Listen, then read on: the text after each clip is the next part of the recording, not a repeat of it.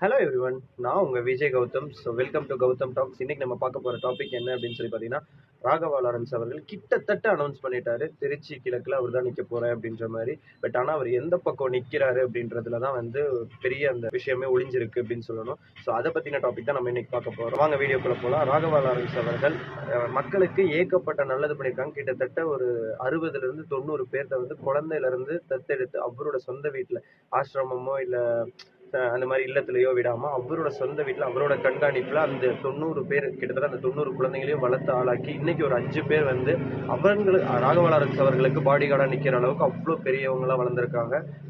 அதையெல்லாம் தாண்டி அவங்களுக்கு தேவைப்படுற விஷயம், அவங்க ஆசைப்படுற விஷயம் எல்லாத்தையுமே பூர்த்தி பண்ணியிருக்காரு அப்படின்னு சொல்லி அந்த பின்னாடி இருந்த அந்த 5 பேருமே வந்து பேட்டி கொடுக்கறத பார்க்கும்போது அவ்வளோ அழகா இருந்துச்சு.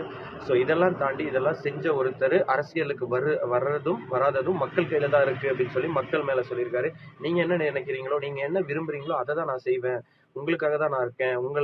உங்களோட ஆதரவை வச்சு தான் நான் இன்னைக்கு இந்த இடத்துல இருக்கேன் அப்படின்னு சொல்லி நீங்க சொல்லுங்க, நான் அரசியலுக்கு வரணுமா வேணாமா அப்படின்ற ஒரு டிபேட்டுமே வந்து நம்ம மக்கள் மேல வச்சிருக்காங்க. பட் அதையும் தாண்டி திருச்சி கிழக்கு ஒரே ஒரு தொகுதி மட்டும்தான் இப்போதைக்கு அவர் அரசியலுக்கு வந்தா நிக்கணும் அப்படின்ற ஒரு கண்டிஷன்ல ஒரே ஒரு தொகுதி மட்டும்தான் இருக்கு. ஸோ திருச்சி கிழக்குல அவர் நின்னாருன்னா அவருடைய நெருங்கிய நண்பரான விஜய் அவர்கள் அவரோட கட்சியை ஆதரிச்சு நிப்பாரா, இல்ல ஆப்போசிட்ல அந்த யங்ஸ்டர்ஸ் எல்லாம் ஒரே இடத்துல கூட்டி அண்ணாமலை அவர் புது கட்சி ஆரம்பிக்க ஒரு கிட்டத்தட்ட புது கட்சி ஆரம்பிக்கிற அந்த ஸ்டேஜுக்கு வந்திருக்காரு. அந்த ஸ்டேஜ்ல அந்த ஒரு பொசிஷன்ல போய் அண்ணாமலை கூட நிப்பாரா அப்படின்றது தான் வந்து இப்ப அரசியல் வட்டாரத்துல பெரிய கேள்வியா இருக்கு. பட் அவர் சொன்னது பாத்தீங்கன்னா, நெருங்கிய நண்பராக இருந்த ஒருத்தர் வந்து இன்னைக்கு சிஎம் ஆயிருக்காரு அப்படின்ற பட்சத்துல அவர் வந்து அவருடைய வெற்றியை நம்ம பாக்குறோம் தவிர அவருடைய பின்னாடி இருக்கிற அந்த ஹார்ட் ஒர்க்ஸை பார்க்கல.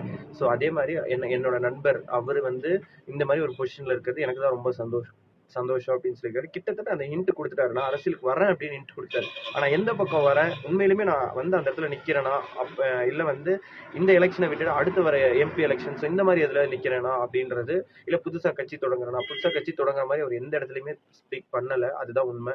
அரசியலுக்கு வரேன்னு சொல்றாரு, ஒரு கட்சி ஆதரிக்கிறாரு. அந்த கட்சி எந்த கட்சி அப்படின்றத அனௌன்ஸ் பண்ணதான் இவ்வளவு தாமதம். எனக்கு தெரிஞ்சு நம்ம தகுந்த வட்டாரங்கள்லாம் சொல்றதை பார்த்தா கண்டிப்பா அவர் வந்து விஜய் அண்ணா சிஎம் விஜய் அண்ணாவோட தாவேக்காவுல திருச்சி கிழக்குல நிக்கிறாருன்னு தான்